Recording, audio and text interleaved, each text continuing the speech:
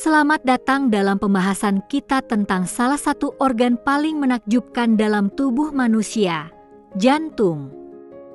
Organ vital ini, yang ukurannya kira-kira sebesar kepalan tangan Anda, adalah pusat kehidupan yang tak pernah berhenti bekerja. Ia adalah mesin yang sangat efisien, berdetak tanpa henti sejak kita lahir hingga akhir hayat. Fungsi utamanya sangat krusial, memompa darah ke seluruh penjuru tubuh. Darah ini membawa oksigen dan nutrisi penting yang dibutuhkan oleh setiap sel, setiap jaringan, dan setiap organ agar dapat berfungsi dengan baik. Tanpa pasokan yang konstan ini, kehidupan tidak akan mungkin terjadi. Bayangkan saja, setiap sel dalam tubuh kita membutuhkan energi untuk menjalankan fungsinya. Energi ini berasal dari nutrisi dan oksigen yang diangkut oleh darah.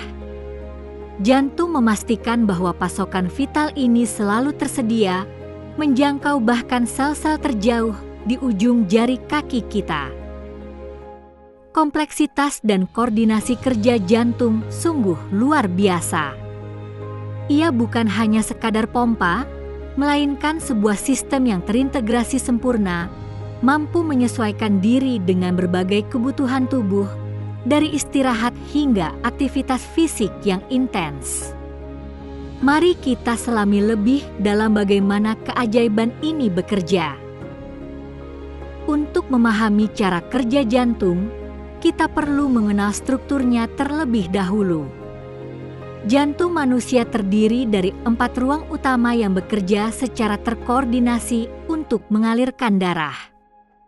Keempat ruang ini terbagi menjadi 2 bagian, yaitu bagian atas dan bagian bawah. Di bagian atas jantung, terdapat 2 ruang yang disebut atrium atau serambi. Atrium kanan dan atrium kiri berfungsi sebagai ruang penerima darah yang masuk ke jantung. Mereka adalah pintu gerbang awal bagi darah yang akan dipompa.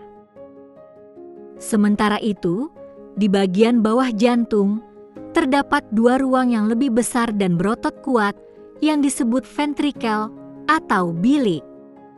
Ventrikel kanan dan ventrikel kiri adalah ruang pemompa utama yang mendorong darah keluar dari jantung menuju paru-paru atau seluruh tubuh. Fungsi atrium adalah menerima darah dari berbagai bagian tubuh atau dari paru-paru. Atrium kanan menerima darah kotor dari tubuh, sedangkan atrium kiri menerima darah bersih dari paru-paru. Mereka bertindak sebagai reservoir sementara sebelum darah diteruskan. Sebaliknya, fungsi ventrikel adalah memompa darah keluar dari jantung dengan kekuatan yang signifikan. Ventrikel kanan memompa darah ke paru-paru, sementara ventrikel kiri, yang merupakan ruang paling berotot, memompa darah ke seluruh sistem peredaran darah tubuh.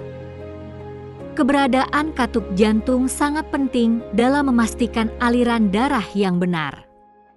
Katup-katup ini bertindak seperti pintu satu arah, membuka dan menutup pada waktu yang tepat untuk mencegah darah mengalir kembali ke ruang yang salah. Tanpa katup, efisiensi pemompaan jantung akan sangat terganggu. Ada 4 jenis katup utama dalam jantung, masing-masing dengan lokasi dan fungsi spesifiknya. Katup trikuspid terletak antara atrium kanan dan ventrikel kanan, sedangkan katup mitral berada antara atrium kiri dan ventrikel kiri. Keduanya dikenal sebagai katup atrioventrikular. 2 katup lainnya adalah katup pulmonal yang terletak antara ventrikel kanan dan arteri pulmonalis, serta katup aorta yang berada antara ventrikel kiri dan aorta. Katup pulmonal dan aorta dikenal sebagai katup semilunar. Fungsi utama semua katup ini adalah memastikan aliran darah yang searah dan efisien. Mereka membuka saat darah harus mengalir maju dan menutup rapat untuk mencegah aliran balik, sehingga setiap detak jantung dapat memompa darah secara optimal ke tujuannya. Jantung bekerja dalam sebuah siklus yang berulang secara teratur, dikenal sebagai siklus jantung atau cardiac cycle. Setiap siklus terdiri dari dua fase utama, diastole dan sistole, yang menggambarkan relaksasi dan kontraksi jantung. Fase pertama adalah diastole, yaitu periode relaksasi jantung. Selama fase ini, otot jantung mengendur dan ruang-ruang jantung terisi darah. Ini adalah waktu pengisian ulang bagi jantung, mempersiapkannya untuk kontraksi berikutnya. Pada awal diastole, atrium berkontraksi secara ringan. Kontraksi ini membantu mendorong sisa darah dari atrium ke ventrikel yang sedang relaksasi. Katup trikuspid dan mitral yang menghubungkan atrium dan ventrikel terbuka lebar untuk memungkinkan aliran darah ini. Darah mengalir dari atrium ke ventrikel secara pasif pada awalnya, kemudian dibantu oleh kontraksi atrium. Proses pengisian ini sangat penting untuk memastikan ventrikel memiliki volume darah yang cukup sebelum memompa. Fase kedua adalah sistole, yaitu periode kontraksi jantung. Selama sistole, otot jantung berkontraksi dengan kuat untuk memompa darah keluar dari jantung menuju sirkulasi.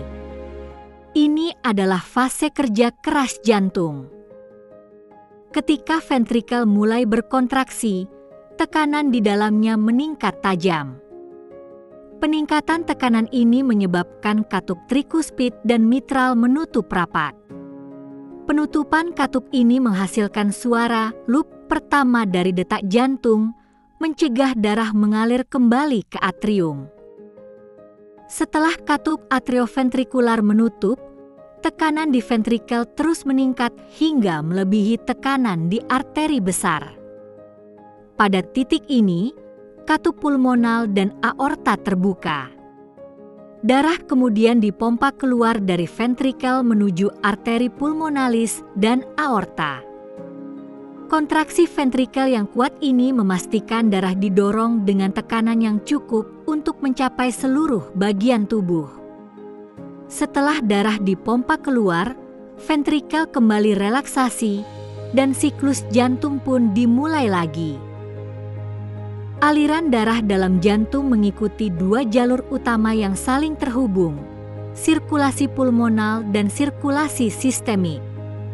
Kedua sirkulasi ini memastikan bahwa darah yang kaya oksigen didistribusikan ke seluruh tubuh dan darah yang kekurangan oksigen dikembalikan ke paru-paru untuk diisi ulang. Mari kita mulai dengan sirkulasi pulmonal atau sirkulasi paru-paru. Proses ini dimulai ketika darah deoksigenasi, yaitu darah yang telah digunakan oleh tubuh dan kekurangan oksigen, kembali ke jantung. Darah ini masuk ke atrium kanan melalui vena cava superior dan inferior.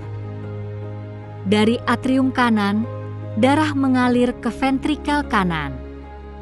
Ventrikel kanan kemudian memompa darah ini keluar dari jantung menuju paru-paru. Darah ini dibawa melalui arteri pulmonalis, satu-satunya arteri yang membawa darah deoksigenasi. Sesampainya di paru-paru, terjadi proses pertukaran gas yang vital.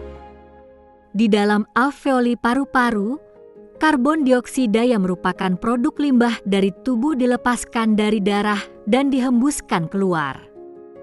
Bersamaan dengan itu, oksigen dari udara yang kita hirup diambil oleh darah. Darah yang kini kaya oksigen ini kemudian kembali ke jantung, menandai akhir dari sirkulasi pulmonal. Darah bersih ini siap untuk didistribusikan ke seluruh tubuh, memulai fase sirkulasi berikutnya. Selanjutnya adalah sirkulasi sistemik yang mengalirkan darah ke seluruh tubuh. Darah kaya oksigen yang baru saja kembali dari paru-paru masuk ke atrium kiri jantung. Ini adalah darah yang siap untuk memberikan nutrisi dan oksigen ke setiap sel. Dari atrium kiri, darah mengalir ke ventrikel kiri. Ventrikel kiri adalah ruang jantung yang paling berotot dan terkuat. Kekuatan ototnya diperlukan karena ia harus memompa darah dengan tekanan tinggi untuk mencapai setiap sudut tubuh. Ventrikel kiri memompa darah kaya oksigen ini keluar dari jantung melalui aorta, arteri terbesar dalam tubuh. Aorta bercabang menjadi banyak arteri yang lebih kecil, yang kemudian membawa darah ke berbagai organ, otot, dan jaringan di seluruh tubuh. Darah ini mengantarkan oksigen dan nutrisi ke sel-sel, sekaligus mengambil produk limbah seperti karbon dioksida. Setelah oksigen dan nutrisi disalurkan, darah yang kini deoksigenasi akan kembali ke jantung melalui sistem vena, siap untuk memulai kembali sirkulasi pulmonal. Jantung memiliki kemampuan unik untuk berdetak secara otomatis tanpa perlu perintah langsung dari otak. Ini dimungkinkan oleh sistem konduksi listrik alami yang terintegrasi di dalamnya. Sistem ini bertanggung jawab untuk mengatur ritme dan koordinasi detak jantung.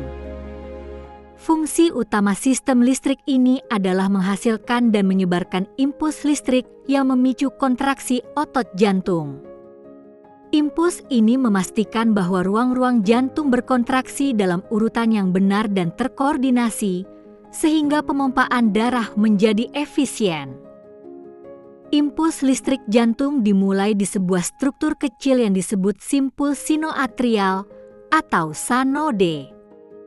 Sanode terletak di bagian atas atrium kanan dan sering disebut sebagai pacemaker alami jantung. Ia secara spontan menghasilkan impuls listrik secara teratur. Sanode menghasilkan impuls listrik sekitar 60 hingga 100 kali per menit pada orang dewasa yang sehat saat istirahat. Frekuensi ini dapat berubah sesuai kebutuhan tubuh, misalnya saat berolahraga atau dalam kondisi stres. Setelah dihasilkan, impuls listrik menyebar dengan cepat ke seluruh atrium. Penyebaran impuls ini menyebabkan otot-otot atrium berkontraksi secara bersamaan. Kontraksi atrium ini mendorong darah dari atrium ke ventrikel. Impuls kemudian mencapai simpul atrioventrikular atau AV node. AV node terletak di antara atrium dan ventrikel.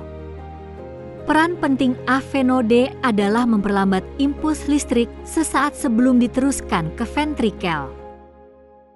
Penundaan singkat di AV node ini sangat krusial. Ini memberikan waktu bagi ventrikel untuk terisi penuh dengan darah dari atrium sebelum mereka berkontraksi. Tanpa penundaan ini, kontraksi mungkin tidak efisien.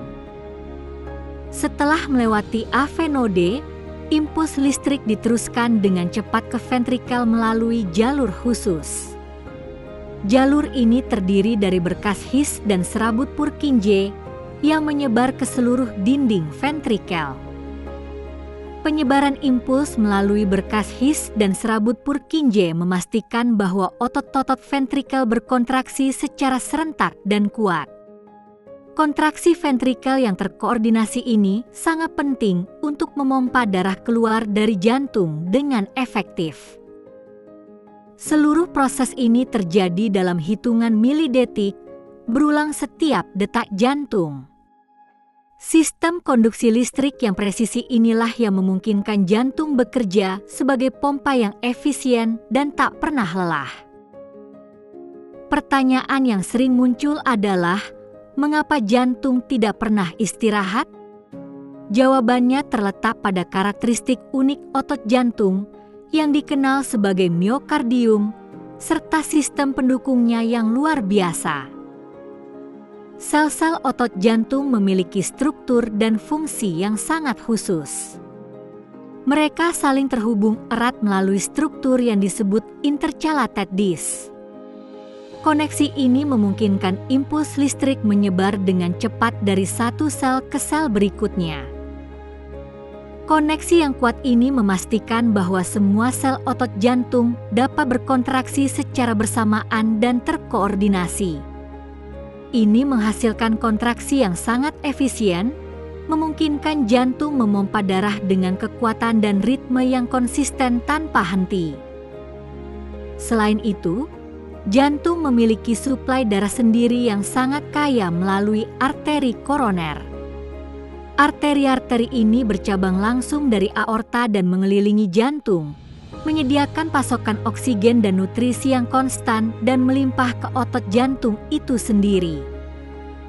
Pasokan darah yang tak terputus ini sangat penting. Otot jantung adalah salah satu otot yang paling aktif dalam tubuh, dan ia membutuhkan energi yang sangat besar. Arteri koroner memastikan bahwa kebutuhan energi ini selalu terpenuhi, bahkan saat jantung bekerja keras. Pengaturan detak jantung juga sangat canggih, dikendalikan oleh sistem saraf otonom. Sistem ini memiliki dua cabang utama, sistem saraf simpatik dan parasimpatik, yang bekerja secara berlawanan untuk menyesuaikan detak jantung. Sistem saraf simpatik bertanggung jawab untuk meningkatkan detak jantung dan kekuatan kontraksi saat tubuh membutuhkan lebih banyak oksigen, seperti saat berolahraga atau dalam situasi stres. Ini adalah respons lawan atau lari. Sebaliknya, sistem saraf parasimpatik berfungsi untuk memperlambat detak jantung dan mengembalikan tubuh ke kondisi istirahat. Kedua sistem ini bekerja secara harmonis untuk memastikan jantung selalu berdetak sesuai kebutuhan tubuh tanpa pernah benar-benar berhenti. Kombinasi dari karakteristik otot jantung yang unik, suplai darah yang melimpah, dan pengaturan saraf yang presisi inilah yang memungkinkan jantung kita bekerja tanpa henti sepanjang hidup. Ia adalah mesin kehidupan yang sesungguhnya, sebuah keajaiban biologi yang terus memompa, menjaga kita tetap hidup.